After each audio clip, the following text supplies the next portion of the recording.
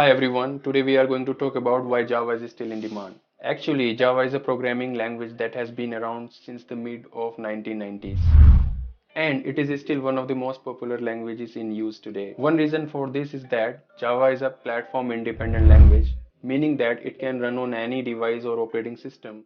This makes it a great choice for companies that want to develop softwares that can run on any platform or device. Another reason why Java is still in demand is that it is a powerful language that is capable of handling complex applications.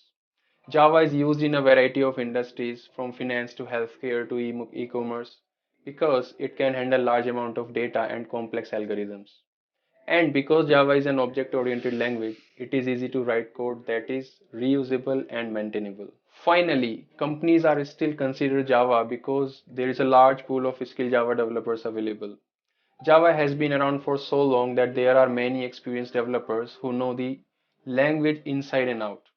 And because Java is such a popular language, there are many resources available for learning it, making it easy for new developers to get started. So there you have it. Those are just a few reasons why Java is still in demand.